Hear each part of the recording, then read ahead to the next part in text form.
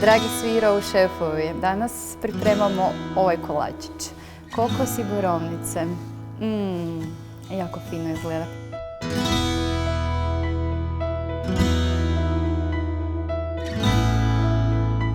Za sve vas koji ste prvi put sa mnom u ovom videu, ja sam Mihaela Brijak, Row Sweet šef. Bavim se sirovom hranom više od 10 godina, autorica sam 3 knjige o sirovoj prehrani. Nadam se da ćete ostati sa mnom, pretplatite se i uživajte u receptima. Sad prvo radimo koru koju ćemo poslije sušiti u dehidratoru i stavljamo u blender, znači vodu,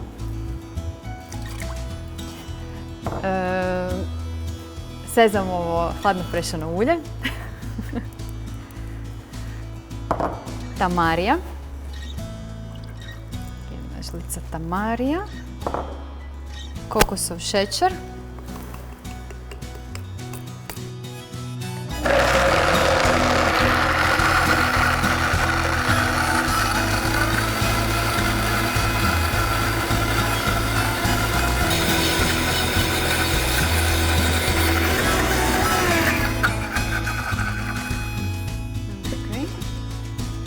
i sad stavljamo drugi dio namirnica.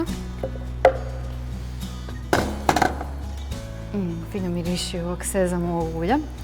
Stavljamo psilijum. Psilijum će malo upiti ovu tekućinu. Prvo možemo to pomiješati, prvi dio sa psilijumom.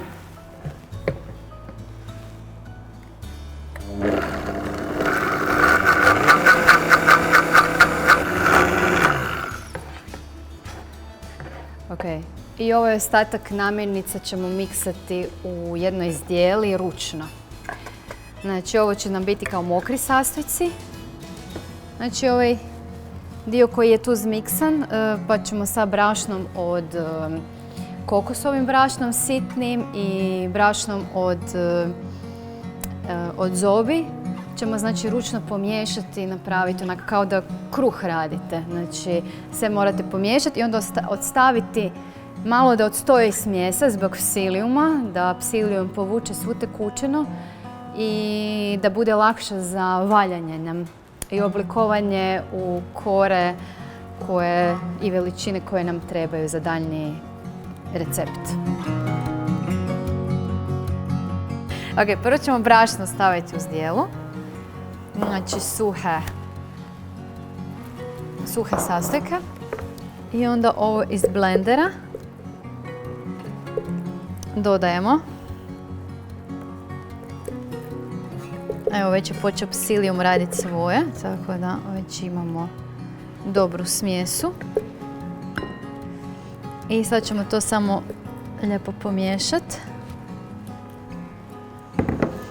I sad možete uz pomoć špatule ili možete čak i rukama, kako vam je jednostavnije to sve i lakše pomiješati.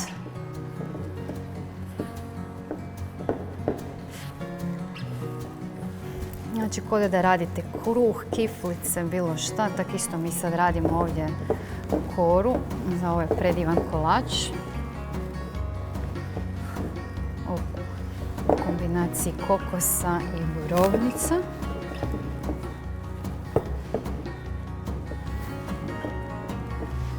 Evo. Vidite kako se on lijepo povezao. Evo ga. Smjes je spremna za valjanje i oblikovanje. Evo ga, to je to. Sad možemo izvaljati i oblikovati. Eto, u veličine koje trebamo, mi ćemo koristiti jedan kalup, to koji ću vam sad pokazati. Koristim ovaj kalup, silikonski kalup, Professional Caroline 30. Ja ga zovem u principu kao prstići nekakvi, tak izgleda kao nekakvi prstići, fingersi i tako dalje. Jako interesantan i nadam se da ćete ga koristiti. On se sastoji u dva dijela. Znači imate ovaj silikonski dio u koji ćemo raditi kremu i stavljati isto unutra kremu želatinastu od borovnica. I drugi dio vam je ovaj kao rezač koji ćemo sad koristiti, ovaj širi dio. Ovaj širi dio koristimo za koru, a ovaj uži dio sa druge strane ćemo koristiti za žele. Tako da je stvarno jako interesantan, može se stvarno svašta od njega napraviti, od ovakvih kalupa. Ovdje nam je smjesa koju smo, evo ga kako se lijepo se drži, znači koju ćemo lijepo sad izvaljati.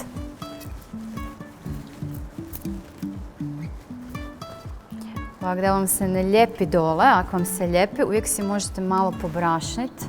Znači možete koristiti zobeno brašno ili kokosovo brašno. Kad vam je nekakva čokoladna kora, onda možete kakao u prahu. To vam je ono čisto da vam se ne lijepi, da vam se sve ne zalijepi na ovaj silikonski mold.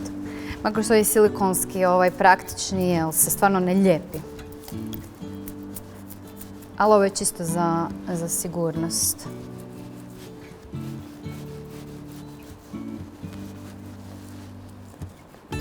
Sad ćemo razvaljati.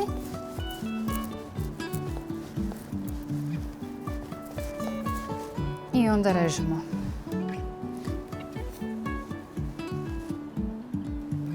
Ovako režemo. Ups. I sad ga tu samo malo popiknete da on ispadne van. Evo ga, tu je vani. Isto tako dalje.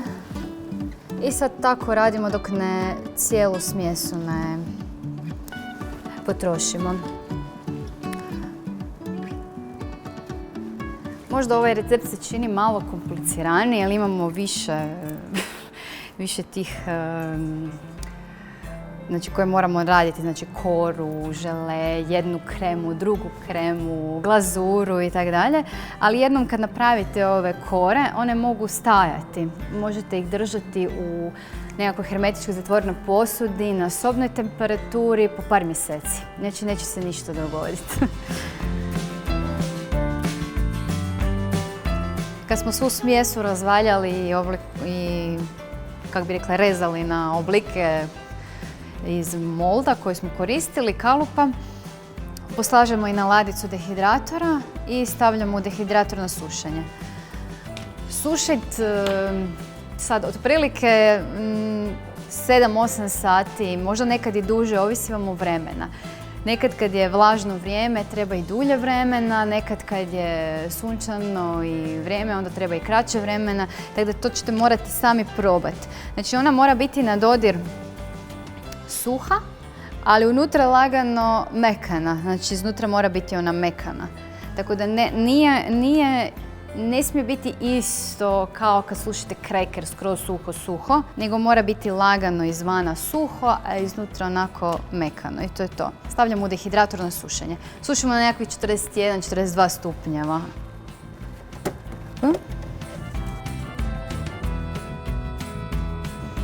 Radimo žele od borovnice.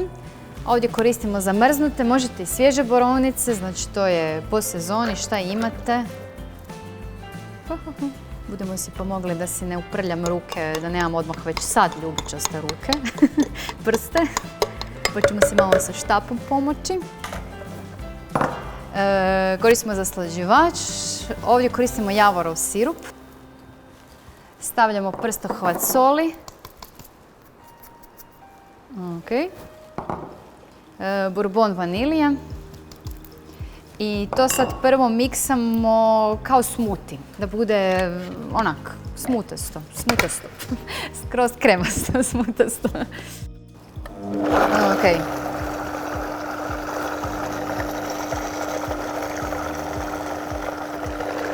Ćemo pojačati.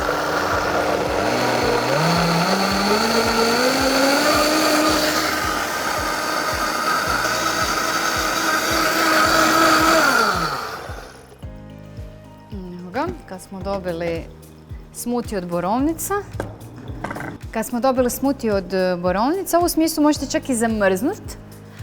ili je možete lagano kuhati sa agar-agarom da bi dobili želatinu. Znači to je sad individualno. Ako sad zamrznete, ona nekad je malo teže kad je morate onda rezati s onim tankim kalupom jer se hoće raspadati, ali moguće. Znači moguće je, a mi sad da bi tu bilo, da bi lakše to izveli, da bi ona bila baš onako želatinasta, koristit ćemo agar-agar pa ćemo lagano je skuhati s agar-agarom da bi dobili tu želatinu, raskladili i to je to. Evo ga, sad ćemo drugi dio. Ok, krećemo dalje. Znači imamo drugi dio, već treći dio, možda četvrti dio, ne znam, ali idemo dalje. Napravili smo smoothie od borovnica koje je baš lijepo slatki, baš će se lijepo uklopiti u recept. Slađi od kore, kora je baš light, onako slatka. Onda je ovo malo jače i krema isto, tako da dobijemo baš onak idealno. Stavljamo znači taj smoothie na kuhanje. Kad se lagano zagrija ova smjesa, ovaj smoothie tu, dodajemo agar-agar. I onda sa ovom špatulicom ili mješalicom, kako se to već zove, miksamo dok nam se ne počne pretvarati u želatinu. Kad nam se počne pretvarati u želatinu, to je to. Prebacit ćemo u ovu staklenku i staviti u hladnjak, na kratko, nekakvih 10 minuta, čisto dovoljno. A u tom periodu ćemo mi napraviti kremu, drugu vrstu kreme za silikonski kalup.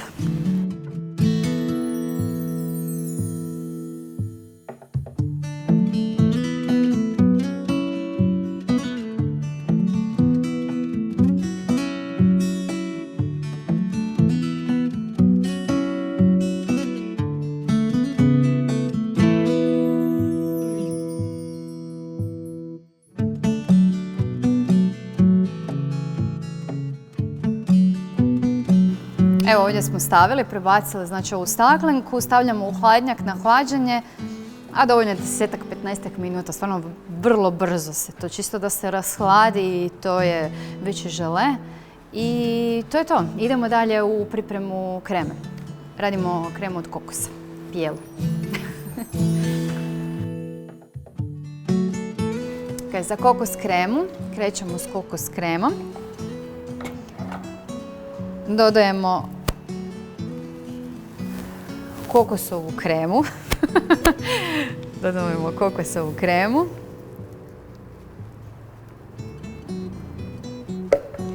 Znači to je nekakvih 3/4 šalice do 1 šalica, otprilike kokos kreme. Indijske oraščiće. Kokosovo ulje. Limunov sok, kakao maslac, ovdje nam je javorov sirup, prstokvat soli, bourbon vaniliju,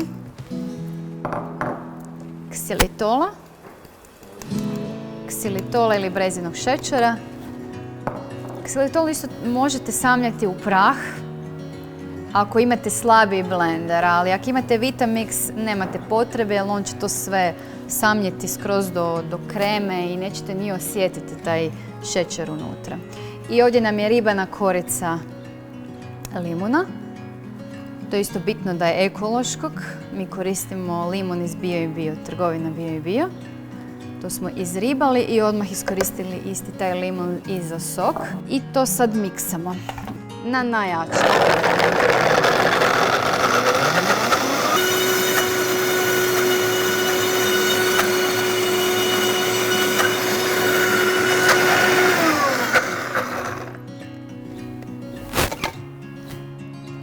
Pa super, može proći, super. Sad ćemo ovu gotovu kremu stavljate znači, u silikonski kalup. Koristit ćemo onu plastičnu vrećicu za dekoriranje, tako da nam je lakše. Znači zašto koristim to, jer mi je lakše. Možete vi probati, ali onda će vam biti kreme svugdje. Ovo ćete lakše, preciznije dodati i nećete prljati sa strane, zato što ipak u sredini moramo dodati onaj žele ili zaleđene borovnice, što god, i onda vrh opet te kreme. I zagladiti sa špatulicom da vam bude sve u ravnini. Ok, idemo dalje. Ok, napravili smo kokos kremu.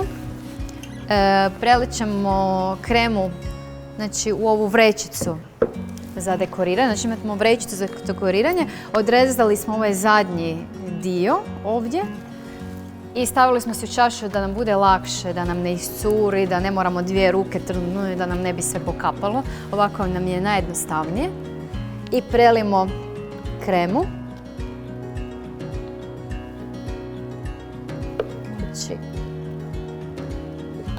I sad ćemo s tom krenom do pola izliti u ovaj silikonski kalup. Zato što moramo staviti mjesto za žele i opet na vrh ostatak te kreme. I sad si ovako, pazite da vam iscuri, pa se ovaj tu dio ovako pridržite.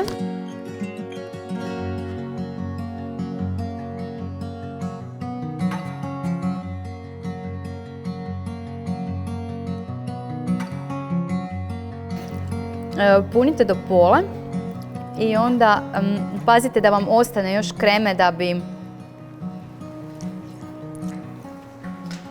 za vrh gore.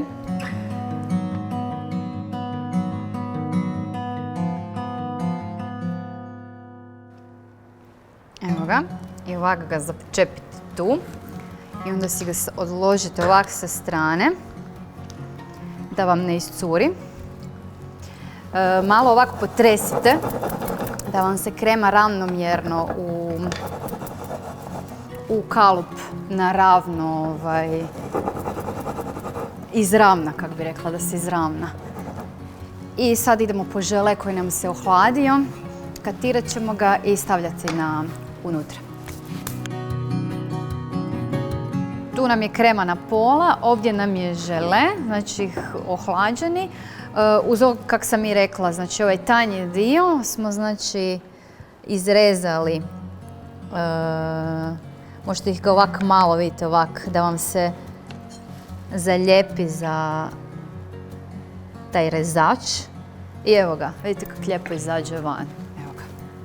I sad imamo ovako pripremljeno ovdje sve izrezane. I sad jedan po jedan stavljamo tu u sredinu. Lagano ga gurnite unutra.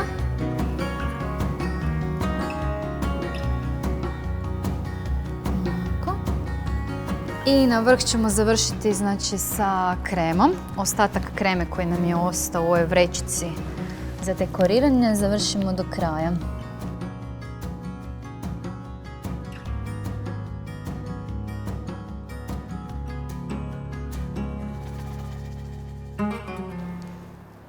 Evo ga.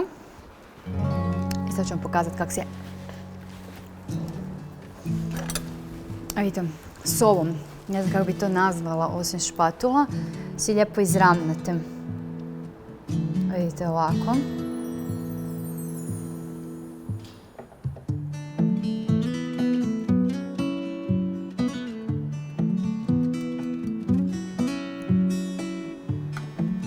Evo ga. I stavljamo u zamrzivač. Zamrzivač nekakvih 3 sata ili možete cijelu noć pa sutra da završi. Znači, što nam ostaje? Ostaje nam glazura i dekoracija. Znači, to možete kasnije, a možete si ostaviti za sutradan. Zadnja krema, glazura. Radimo glazuru, lila, mora biti ljubičasta. Tako da imamo lijepi kontrast. Znači, radili smo kremu od kokosa i sad ćemo završnići napraviti glazure od borovnice ljubičaste. Prvo što stavljam maslaca od indijskih orašića.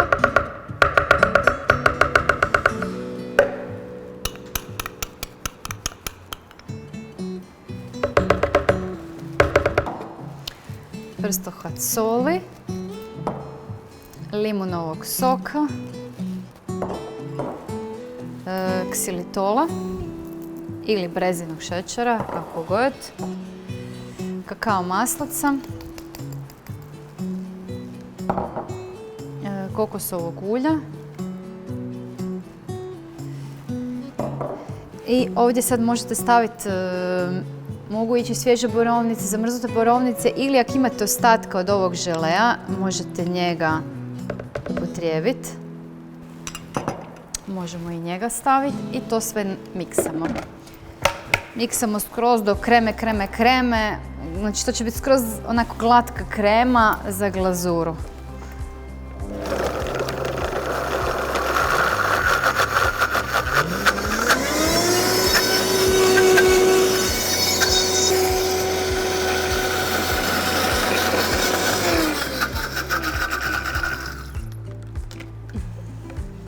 Mislim da će sad biti dobra.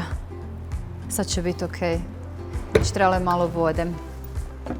Ok, sad smo završili glazuru. Dodali smo malo vode. Znači ako vidite da vam se glazura padne ispod noževa i da vam se neće lijepo smiksati i ostaju nam onako od borovnica sitni komadići, dodajte si malo vode. Glazura mora biti onako rijetka, tako da vam se lijepo izmiksa i da bude glatka i rijetka.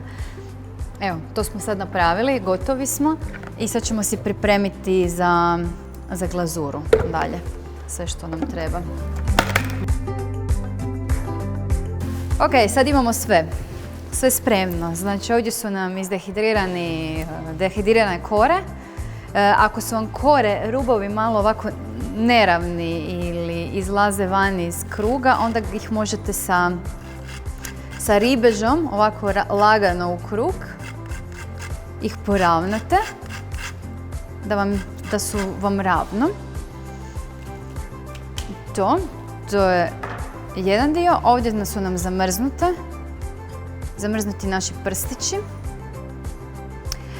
Uz pomoć ovakve dvije ćemo si, jedna ide ispod, a sa drugom ćemo lagano prebacivati na koru. Ali prvo moramo naravno staviti glazuru. Glazura je ovdje spremna, mora biti svježe napravljena, znači ne smije se napraviti ona gore kora i onda će nam biti teže to prelijevati. Znači s jednom rukom si pridržavate ovu špatulicu, a s drugom si gore glazuru sipate. Evo ga. To je to. I lagano ovako potresite da znači lagano ovako potresite da vam višak glazure i prebacite na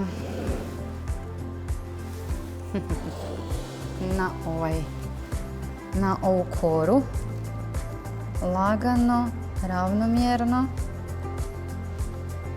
polako, nježno.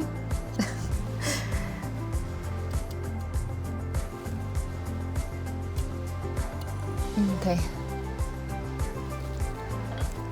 Idemo drugu.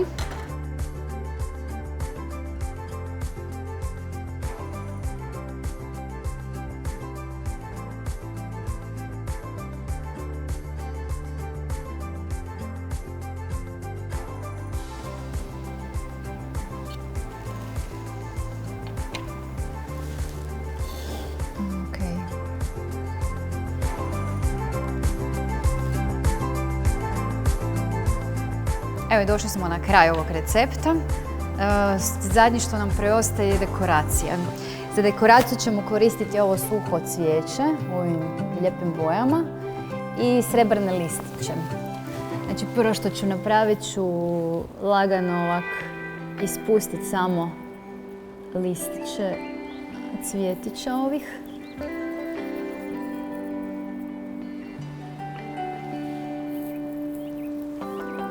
Samo slobodnim padom nek padne, oni će se same zalijepiti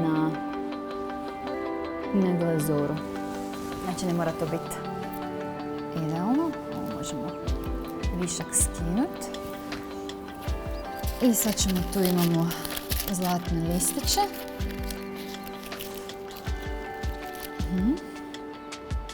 Sa pincetom, znači pincetom lagano skidamo i zlatni listić i stavljamo ih ovako. I one će se samo lagano dotaknuti da se one zalijepe. Ok, došli smo do završnog čina i idemo znači izrezati da vidimo ovo unutra kako to izgleda. Znači režemo.